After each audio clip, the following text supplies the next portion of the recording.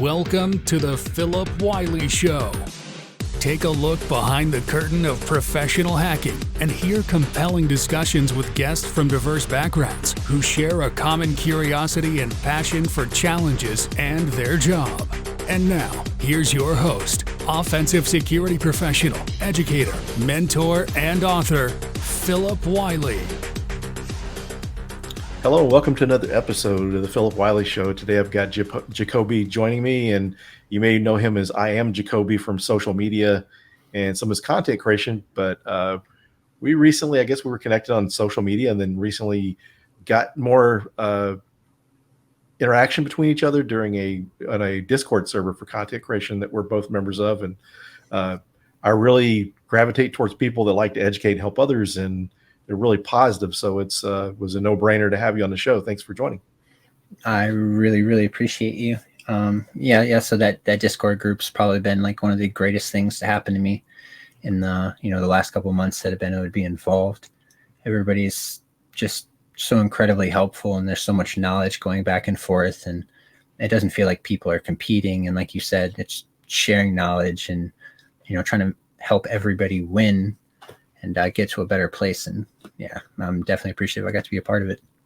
Yeah, it's really nice that it's a positive group, because when you get on Discord server, sometimes it's not always a positive experience, but this one has been totally positive. Yeah, absolutely. I've definitely gone in and out of a few different servers where I had to back out because it kind of get toxic, or people are trying to one up each other, or whatever else, instead of just trying to come together, help each other be the best that you can be and get everybody up to the top. But yeah, the experience with this Discord has just been like just 100% positivity. There's nothing but love and support from everybody that's involved. And it's good, the quality content, the information that's shared, that, just because we all do different things and someone knows this area a lot better, more experience with sponsorships and that type of thing. So it's been a great experience. Yeah, I've had a lot of my blind spots filled in. And the thing with blind spots is a lot of the time you don't even know that you have them because you're just not aware that it exists. And instead of being, having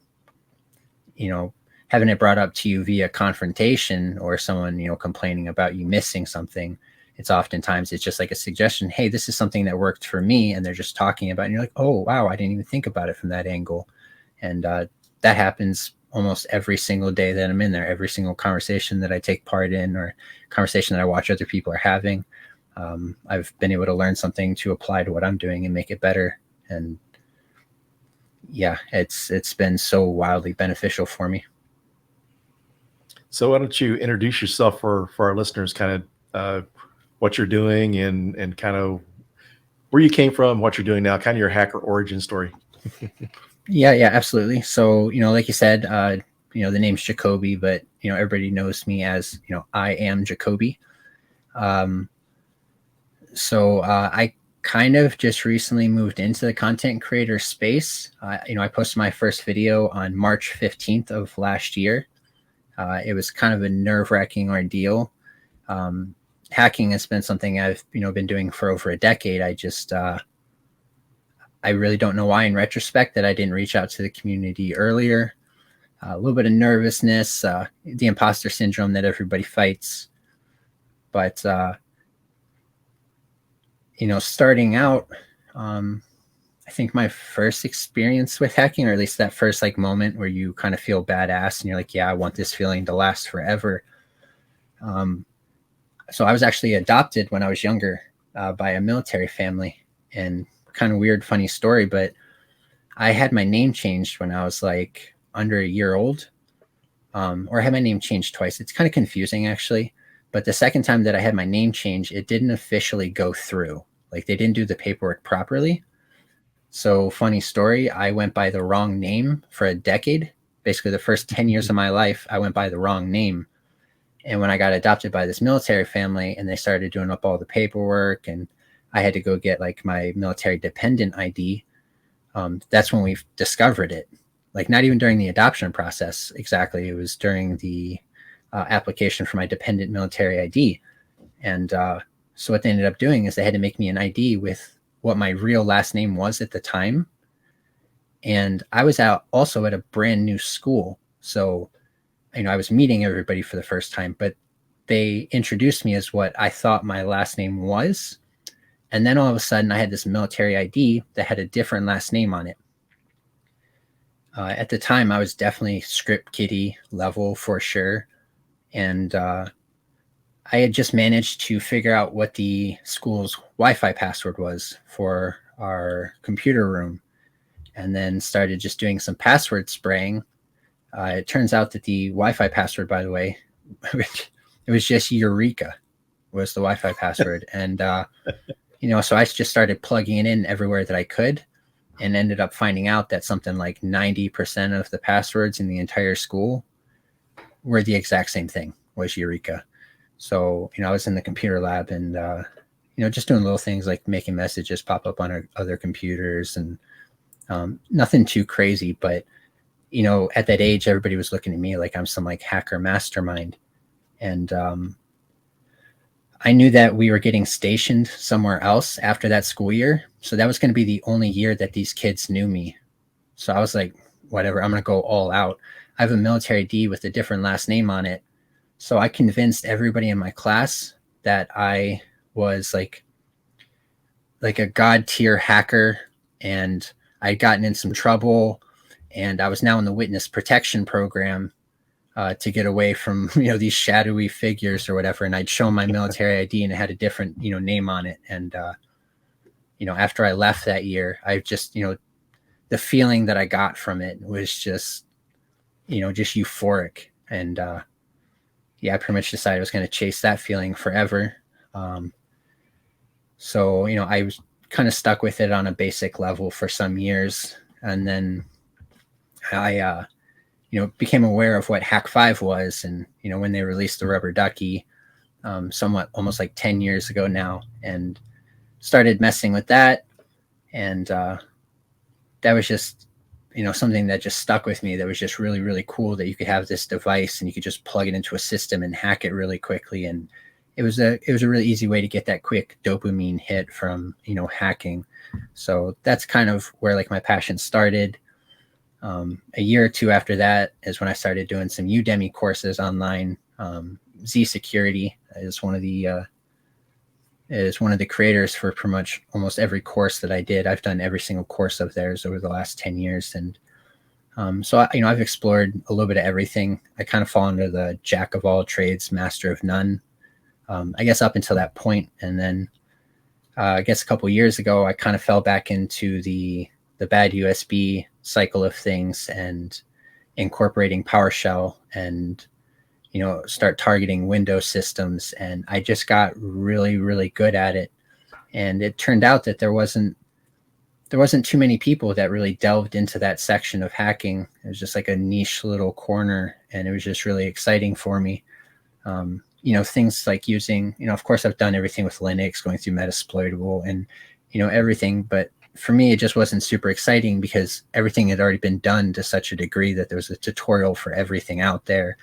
And it was always pretty much the same thing: generate this payload, obfuscate it, put it in a PDF or something, and sneak it onto the system. And I don't want to say it got boring per se, but it just didn't give me like that level of excitement. And the new advanced functionality that came out with some of the Hack 5 devices later on, and incorporating PowerShell into that, I just found something that really, really excited me, something that an area that wasn't super delved into, something that isn't like completely fully explored. And I started just kind of doing it for fun. And, I've been making payloads for those devices for some years now, but I never submitted any of them until, March of last year was roughly right about when I started to do so. And I submitted my first couple, they got accepted. And then I just got really confident. And what they didn't know at the time is that, I have an entire vault of ones that I've made over the years. And I just started submitting them. And it was probably within about a month, I was at the top of the Hack 5 leaderboard for the most submitted payloads, and just kind of kept going. We got to the end of the year. They had their Hack 5 awards, and I won the Hacker of the Year award with Hack 5.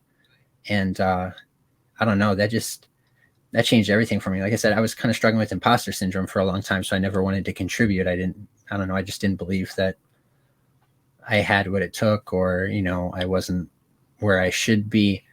And that was just one of the first things that kind of got my confidence to a level where, you know, I consistently started trying to make content around what I did, and it just kind of picked up. And there's a lot of people that really appreciated my work, and that was the next, you know, hit of motivation that I needed and got. And I've just kind of been chasing that since now. And the last year has been just amazing for me. Everybody that I've gotten to meet, all the opportunities that I've gotten, going to DEF CON last year and meeting everybody for the first time.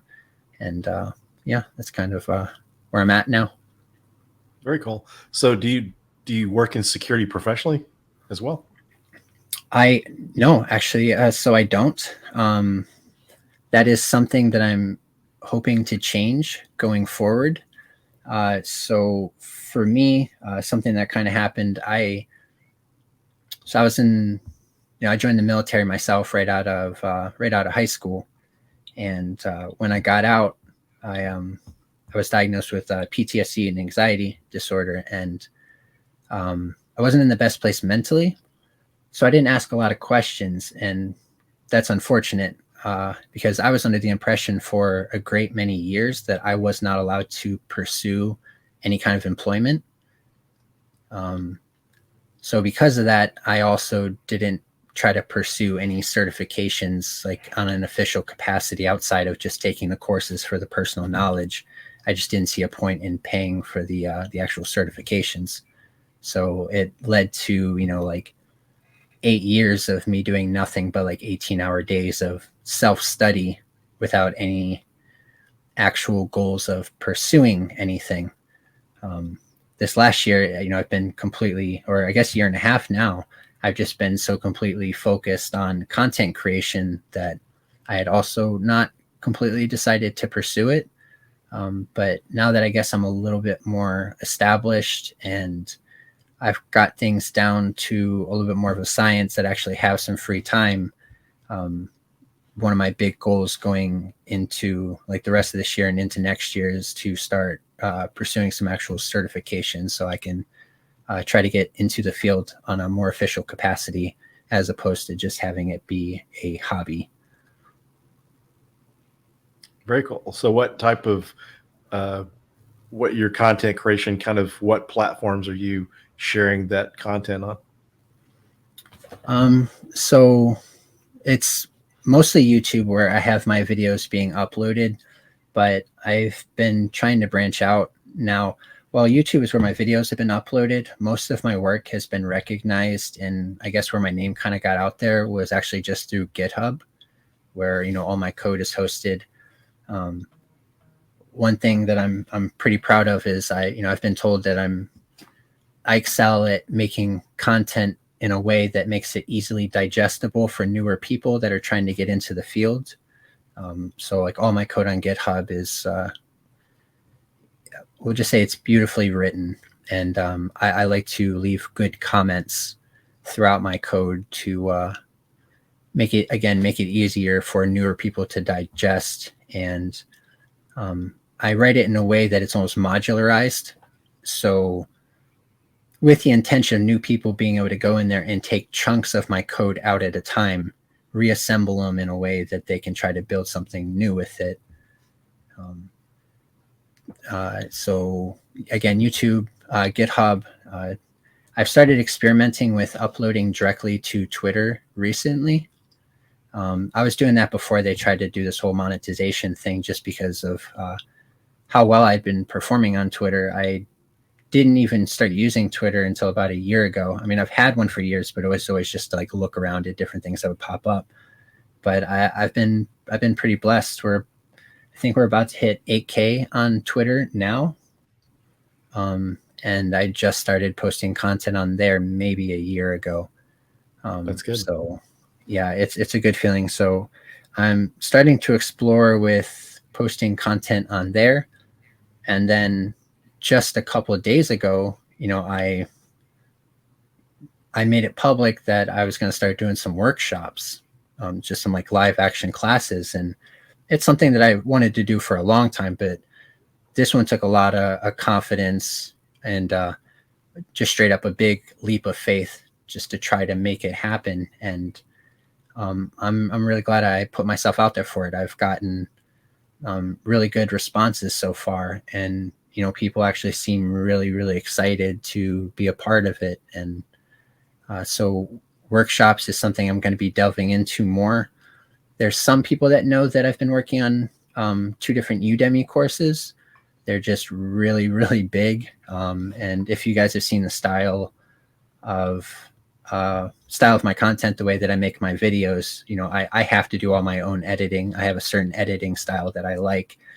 And the ratio sometimes comes out to about an hour of work per minute of video between doing all the research and editing and everything. So I do have some Udemy courses on the way. It's straight up, it's going to take a little bit of time with the way that I stylize my content. And then I've also had a couple people reach out to me, and they've been helping me learn the process of applying for actual speaking engagements in person at different cons. I don't want to speak too much on them. I haven't technically been accepted to the 2 that I applied for, fingers crossed, but I did get invited to 2 of them next year. We talked a little bit about one of them is going to be in Madrid, and one of them is going to be in Rome, which is still just absolutely mind-blowing to me. This whole time I'm still in front of like the same monitors. I'm at the same desk. It feels like not a lot has changed for me in like my actual physical life. I still drinking the same thing as sweet tea, like nothing's changed on this side of the monitor, but over here,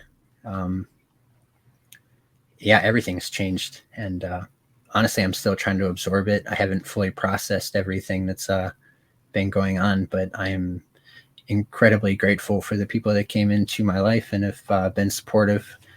You being, like, let's just be honest, you being one of the biggest ones. I can't even put into words how appreciative I am that we managed to cross paths.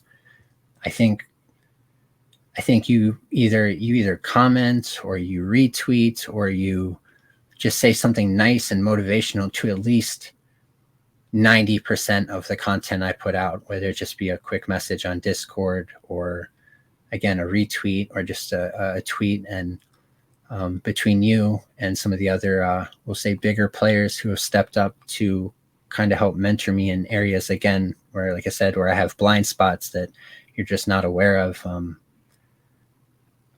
Things have just been going really, really well. Yeah, it's really great because, I mean, it's like you had this talent, and once you start sharing it, people saw it. I mean, I'm sure that was a big confidence booster because to you, it probably didn't seem like that big of a deal. But then once, it's so easy sometimes for us to think what we do is not a big deal. But then once you start seeing the reactions of how it's other people are enjoying the content or how other people are learning from it, it's pretty interesting to see that. Yeah, so that's something I'm really glad you brought that up, because that's something that everybody needs to hear. Something that you need to know about the type of content that you do and you make is, after you've been doing it for so long and certain concepts that used to be hard for you have gotten to be so easy, a lot of people forget how hard it was in the beginning. Right? You forget how much effort it took to get to where you actually are now. It's become second nature. It's your new normal. And a lot of people forget that. So, there's a lot of times that you really, really don't know how much you've accomplished until someone else says it, until someone else points out, hey, I've been trying to learn this concept forever. And I've gone through all these material and I've read all these books and it just hasn't stuck with me. But I literally watched one 5-minute video that you made, and just from that, everything fell into place and it makes sense. I have put 20, 30 hours into just trying to learn that one concept alone over the last 2 years and just couldn't grasp it until someone just happened to word it in the right way for it to make sense to me. And when you get that kind of feedback from someone, like, it's like all those memories come back really quickly and you're like, wait a minute, I remember when I was struggling really hard on this concept too. Like, I forgot, but I really did struggle to learn that. And then you're like, wait a minute, I did just explain it pretty well in 5 minutes. And when you have those moments of realization, when those hit, it's honestly the best feeling in the world. Apart from this new person now telling you that they also understand it and you got to be a part of their growth. Like, you know that you struggled with it, and it was a hard hill to climb by yourself. And I remember thinking back then, I want to be in a position where I could help someone master this at some point, and just finally getting those little affirmations to show like, whoa, you did it. You actually did it. And even, like I suffer from imposter syndrome really, really bad. People feel it to different degrees. I know that I'm extremely self-critical, and those little affirmations, like, they really start chipping away at the imposter syndrome in ways that you don't even realize right away. And yeah, it's just a really, really cool feeling. Yeah, it's just kind of like too, you just want you, I don't know if you ever totally get away from the imposter syndrome, but one of the things I've kind of seen back when I was teaching my class at Dallas College, or anytime I do workshops, I kind of think, man, that just seemed kind of boring and lame. But it seems like, from time to time, is almost like it's intentional. You're trying to do this good, and depending on people's beliefs and stuff, I myself, I'm a Christian, but I believe a lot of times that you're being rewarded for the things you do. And sometimes you get messages, or, some people think the universe, or however you're thinking, because I think it's more than just us. There's something else out there, something that helps. But it's like you give this presentation, you give this lecture, you do this demonstration, and you think it's kind of lame, but then someone comes up and tells you, man, I learned a lot from that. I really enjoyed it. So it's just kind of encouragement to have you continue, and then also let you realize that, okay, I do have something of value to teach others. Yeah, that is exactly correct. Like I said, I really struggled just making the initial entrance into the scene. And, for me, it's been cool sharing the knowledge, but one thing that has been incredibly difficult for me was finding a way to monetize it for myself. And, yeah, you get these suggestions from people, on occasion all the time. And, like, being completely honest, there was a guy that, he slid into my DMs probably like 4 months ago, and he's like, hey, like, I see you've been struggling to try to find a way to monetize what you're doing. Why don't you just, try to throw together a workshop, charge between $400, $500 per seat, and then, just have 10 people come in and teach the class real quick. And now all of a sudden you've monetized. And I remember just sitting there, like, I was like, you are so incredibly nice, but you are absolutely delusional. Are you out of your mind?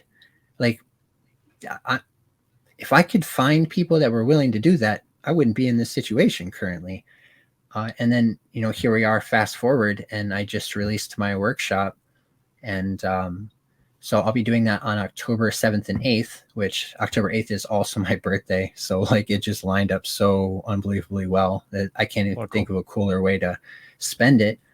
But, I just finally shared that I was going to do that workshop publicly. I think it's been 3 days now, and I've already had 10 people sign up. Like, he was exactly right. He was exactly right. And it was literally 3 months ago that I was like, you are so nice, but you're delusional. And, one of the reasons that I finally decided to try it is because I have been more open on social media. I have, sharing my content, and even just letting people know how I feel. Like, hey, you guys, I'm putting this content out, but I feel like I'm not delivering in the way that I should. It seems boring. It seems basic. And then I have all these messages from people. They're like, yo, I just want you to know that I have my bachelor's in cybersecurity, and nobody ever taught me the information that you're putting out there. What you're teaching isn't a part of any of the curriculums. And I got to be honest with you, I have no idea why, because it absolutely should. And, the first time you get a message like that, you're like, oh, they're just being nice, right? The second time you get a message like that, you're like, that's kind of crazy, but it's definitely just a coincidence, like, coincidences happen for sure. But then you get like that third or fourth message, and it's like, I'm putting in a lot of effort to devalue myself right now. I'm putting in a lot of effort to make excuses for why what I'm doing is not good enough.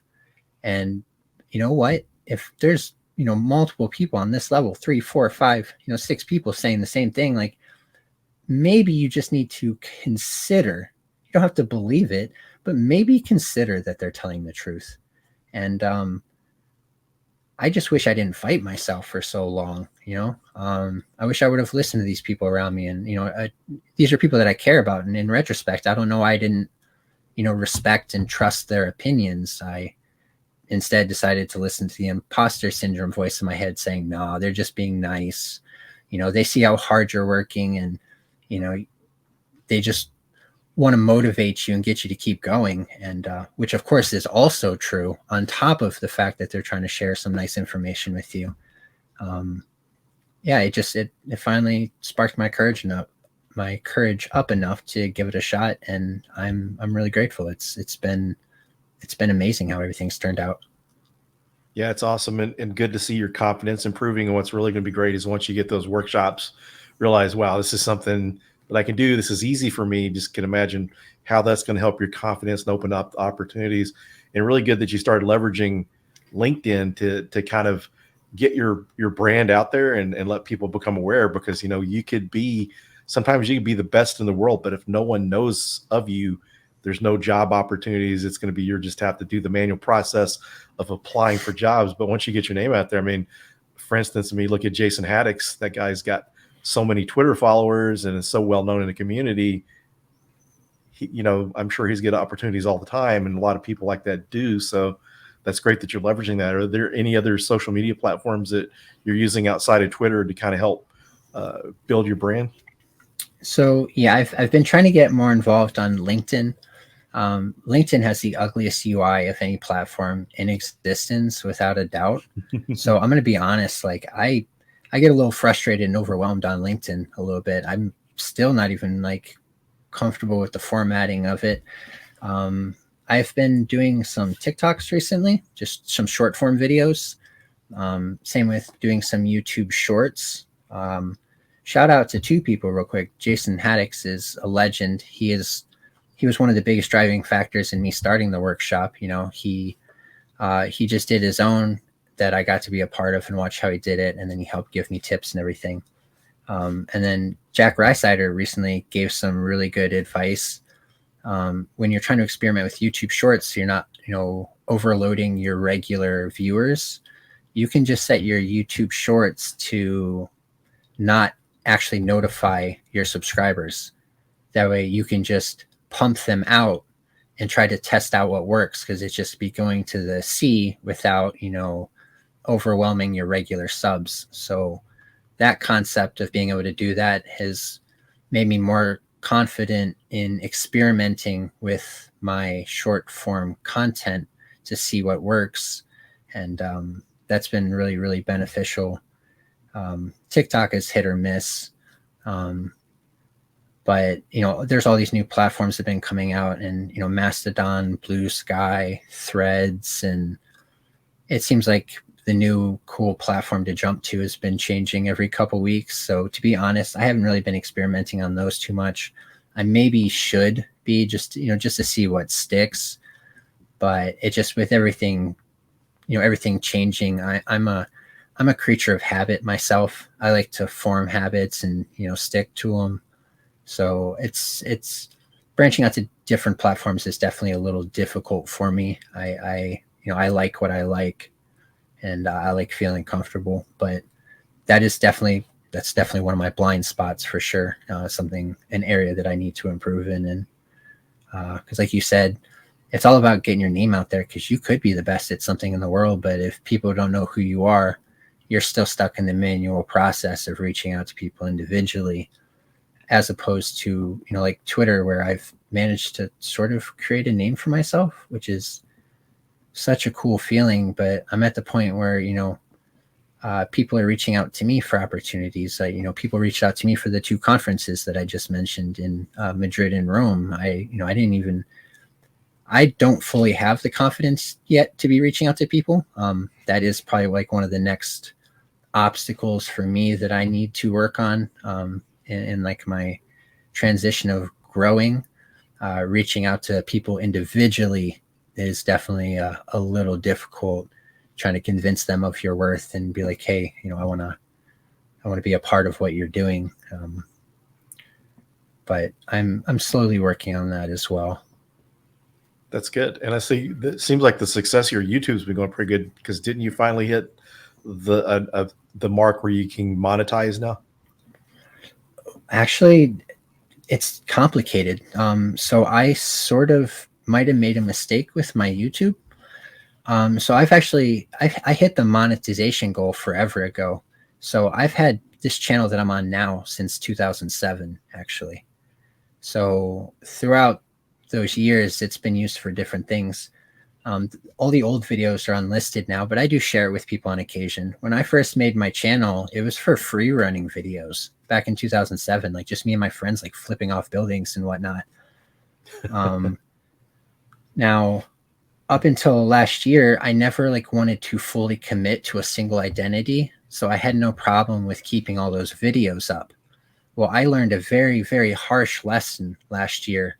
And that is, if you privatize your videos, not just leave them unlisted, but if you privatize your videos, you lose all the watch time for them.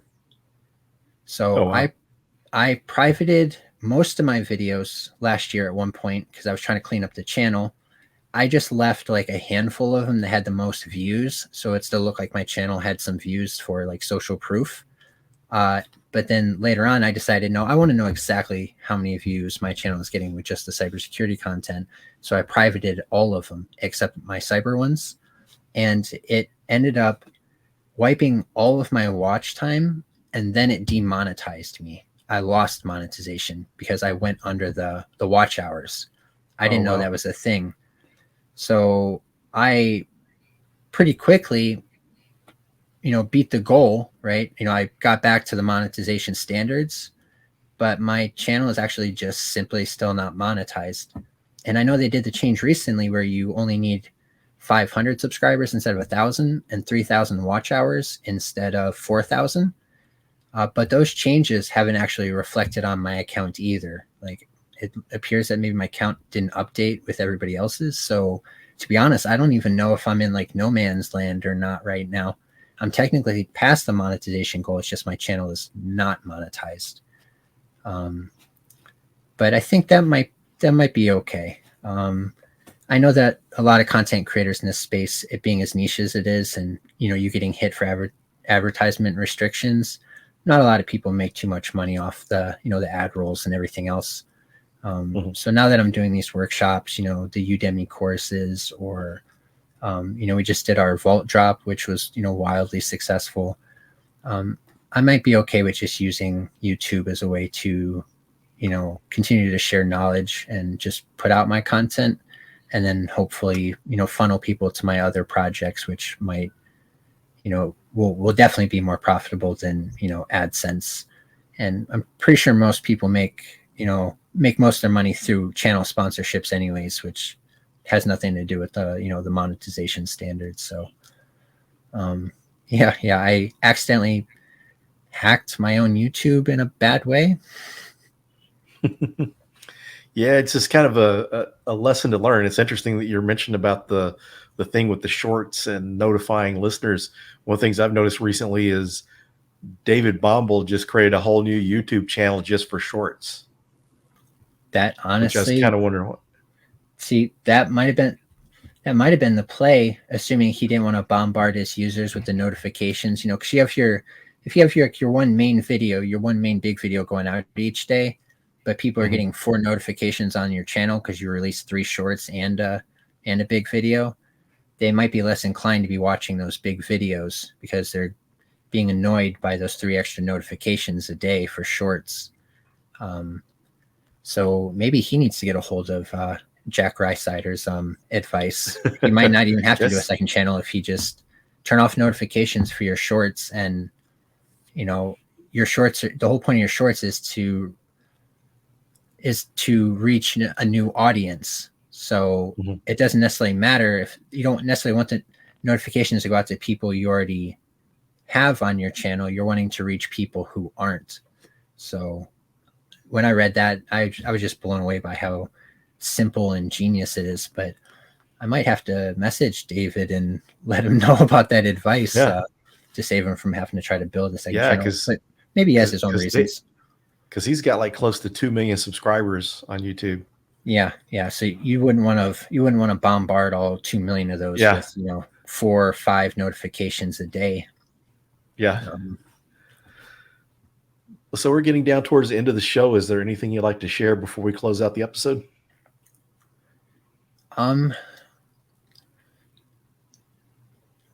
Mostly just, let you know that I'm appreciative that you had me on here. We have a lot of projects in the works. Fun fact, speaking of David Bombal, I guess I can probably say it on here. I'm doing an interview with him next month. Oh, cool. So that's kind of a wildly good feeling, like I said. And again, that was through Twitter. So even though a lot of people say that Twitter is just a negative cesspool, look, I think almost everything in life is pretty much what you make it and what you feed into. If you're constantly getting into like Twitter disputes and Twitter fights and blah, blah, blah, that's what the algorithm is going to feed you.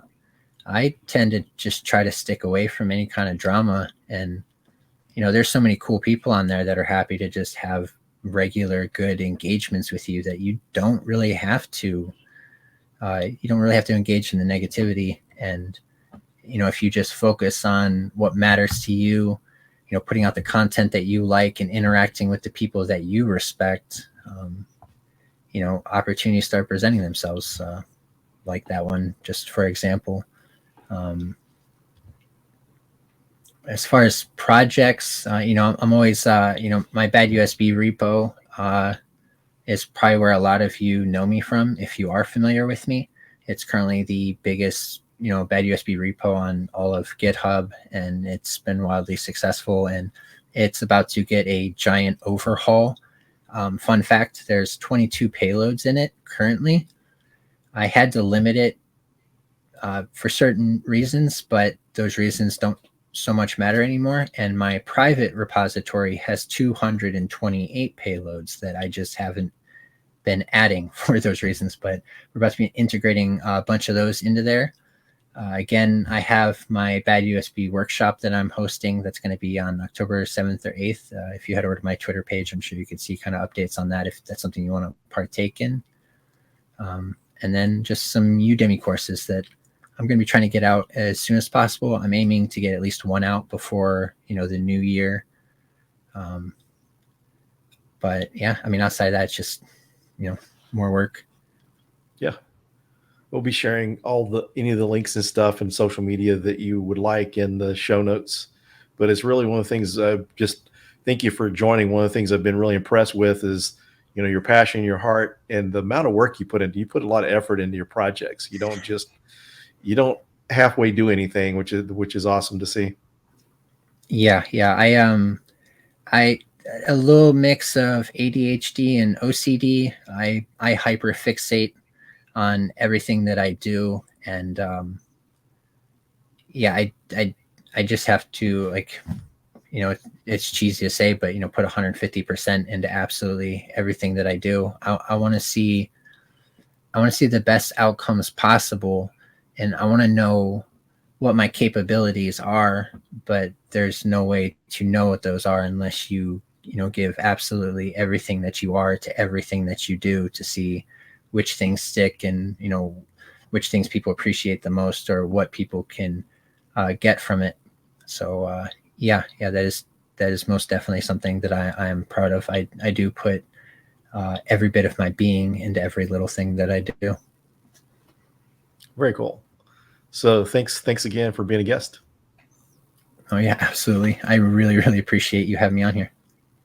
Yeah, one of the things I like to do, and one of the reasons starting this podcast, is I've always shared resources, but always, it's always a great value when you can introduce people to, other people that are just really great for them to learn from, or just awesome people. And so you definitely fall into that category for sure. I appreciate you, brother. I appreciate you. Thanks, everyone, and we'll see you on the next episode. Thank you for listening to The Philip Wiley Show. Make sure you subscribe so you don't miss any future episodes. In the meantime, to learn more about Philip, go to thehackermaker.com and connect with him on LinkedIn and Twitter @Philip Wiley. Until next time.